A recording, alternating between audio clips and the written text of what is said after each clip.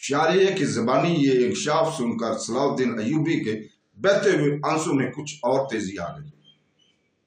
حق تعالیٰ میرے استاد محترم کے درجات بلند کرے اور انہیں اجر عظیم سے سرفراز فرمائے۔ بے شک انہی کے فیض صحبت نے میرے دل و دماغ روشن کیے اور انہی کی دعاؤں سے میرے اندر جذبہ جہاد پیدا ہوا تھا۔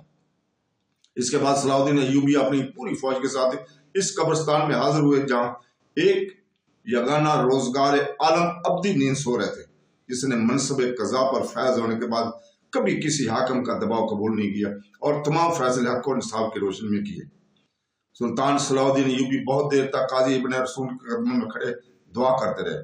پھر وہ تزیید کی غرض سے قاضی ابن رسول کی بیوہ کی خدمت میں حاضر ہوئے اور ان کی گزر اوقات کے لیے ایک بڑا وظیفہ مقرر کیا، اور اس کے ساتھ ہی استاد محترم تمام قریب و جوار کے غریب رشتہ داروں اور دوستوں کے وسائل مقرر کیے۔ مدرسے کے لیے ایک بڑی جاگیر وقف کی تاکہ نادار طالب علم مفت تعلیم حاصل کر سکے۔ ان تمام احکامات سے فارغ ہو کر سلطان صلاح الدین ایوبی دوبارہ شاعریہ کے پاس پہنچے اور افسردہ لہجے میں بولے، سیاسی ہنگامہ آرائیوں اور اپنی انتظامی مصروفیات کے سبب شاید میں دوبارہ حلب نہ آ سکوں، اور پھر استاد محترم بھی دنیا میں نہیں ہے، اس لیے میری خواہش ہے کہ تم میرے ساتھ دمشق چلو تاکہ تمہاری تنہائی کا احساس بھی مجھے بار بار پریشان نہ کرے۔ شاعریہ بڑی حیرت سے سلطان صلاح الدین ایوبی کی طرف دیکھا اور پھر باوقار مسکراہٹ کے ساتھ بولی، یوسف، میں کبھی تنہا نہیں رہتی، مجھ پر تمہارا یہ احسان کافی ہے کہ تمہاری محبت نے مجھے عرفان کی منزل تک پہنچا دیا ہے۔ اگر کبھی کبھی دنیا کی محبت غالب آتی ہے تو اس ذات پاک کا کرم ہوش کے گرداب سے نکال کر مجھے افریت کے ساحل پر لے آتا ہے۔ میرے لیے بس یہی اعزاز کافی ہے کہ تم مجھے یاد رکھتے ہو۔ آج کے بعد تنہائی کا وہ احساس بھی ختم ہو جائے گا۔ شاعریہ کا جواب سن کر سلطان صلاح الدین ایوبی کچھ اور اداس نظر آنے لگے۔ والی مصر کی اس کیفیت کو شاعریہ نے پوری شدت کے ساتھ محسوس کرتے ہوئے کہا، یوسف، تمہیں جس مقصد عظیم کے لیے پیدا کیا گیا ہے، اس کے سامنے ان چھوٹی چھوٹی باتوں کی کوئی حیثیت نہیں۔ ابھی تمہیں بڑے نازک اور سنگین مراحل سے گزرنا ہے۔ یہ بھی ہو سکتا ہے کہ تم تنہا رہ جاؤ، بس اپنے مقصد کو سامنے رکھو، ارد گرد پیش کی ہر شے کو فراموش کر دو۔ تنہا تو میں بھی ہوں شاعریہ، سلطان صلاح الدین ایوبی نے بڑے جذباتی لہجے میں کہا، میں نے اپنی زندگی میں خود غرض اور نفس پرستی کے ایسے ایسے بے رحم مظاہرے دیکھے ہیں کہ انسانی رشتوں پر سے اعتبار ہی اٹھتا جا رہا ہے۔ اس لیے میں چاہتا ہوں کہ تم دمشق چلو۔ اگر کبھی ہجوم یا اس سے گھر گھبرا جاؤ تو تمہاری صورت دیکھ کر اعتبار آ جایا کرے گا۔ ابھی اس دنیا میں صبر اور اصرار کے پیکر موجود ہیں۔ تمہارا اپنے بارے میں کیا خیال ہے یوسف؟ یک شاعری کا لہجہ بدل گیا تھا۔ ہم جیسے غیر معتبر لوگ تو تمہیں دیکھ کر اعتبار حاصل کرتے ہیں، پھر تم کس کی تلاش میں ہو؟ اگر خود صورت اور روشنی کی جستجو کرنے لگے تو دیکھنے والے کیا کہیں گے؟ تمہارے دم سے تو ہمارے ظلمت قدے روشن ہے۔ شاعریہ کے چہرے سے جلال روحانی کا اظہار ہونے لگا تھا۔ استاد محترم فرمایا کرتے تھے کہ میدان جنگ میں مرد مجاہد کا ایک سجدہ ہماری سینکڑوں نمازوں سے افضل ہے۔ پھر تم ہم جیسے نکمے لوگوں کی طرف کیوں دیکھتے ہو جو تھک ہار کر ایک گوشے میں پڑ گئے ہیں؟ آخرکار سلطان صلاح الدین ایوبی لاجواب ہو گیا اور کسی طرح بھی شاعریہ کو دمشق چلنے پر آمادہ نہ کر سکا۔ پھر والی مصر مایوسانہ انداز میں جانے کے لیے اٹھ کھڑا ہوا تو شاعریہ اسے رخصت کرنے کے لیے مدرسے کے دروازے تک آئی، اور جب سلطان صلاح الدین ایوبی گھوڑے کی پشت پر سوار ہوا تو شاعریہ نے بے اختیار اس مرد مجاہد کے گھوڑے کی لگام پکڑ لی اور نہایت رقت امیز لہجے میں کہنے لگی، سلطان معظم، اس کا اندازہ نہیں کہ نافرمانی کا مظاہرہ کرتے ہوئے اس کنیز کے دل پر کیا گزر رہی ہے۔ پھر بھی میرا وعدہ ہے کہ میں تمہارے پاس ضرور آؤں گی، مگر اس وقت جب یہ دنیا میرے اور تمہارے درمیان حائل نہیں ہوگی۔ تو دوستوں، اس کے ساتھ ہی آپ سے اجازت چاہتے ہیں، کل تک کے لیے اللہ حافظ۔